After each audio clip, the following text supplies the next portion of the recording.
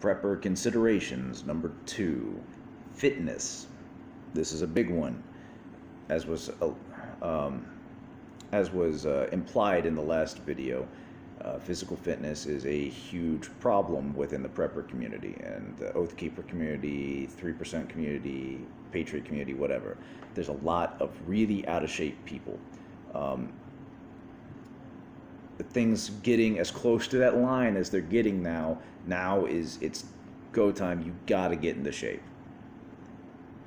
You have to. It's not optional.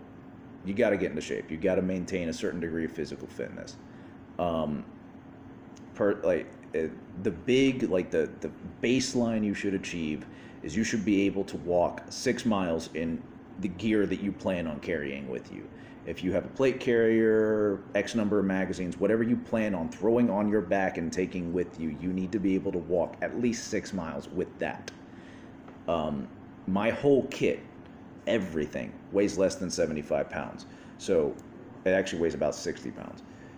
So my kit, to replicate that, I go to my apartment gym, hop on the treadmill, and throw 75 pounds into a rucksack and walk 3 miles every day with it. I can walk 6 miles. It just isn't that important to me. Sometimes I will. I'll hit the machine will only let me do 60 minutes at a time. So sometimes I'll just reset it and go back to another 60 minutes and do the full 6 miles. Just max out your incline. Just get really used to moving with that much weight. And if you get to a point where you can move with that much weight comfortably, you're at your baseline for combative capacity as an individual. That's the bottom rung. You need to get to that point in order to be able to do anything. You need to be able to move with your gear.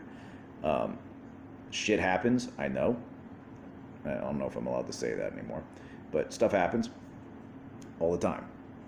You're maybe you have to pick up some stuff from your buddy and it adds weight to your kit, and maybe you're just not able to carry his weapon. Maybe he has a whacked out belt fed of some kind, like a Fight Light MCR or something like that with 1,000 rounds of ammo.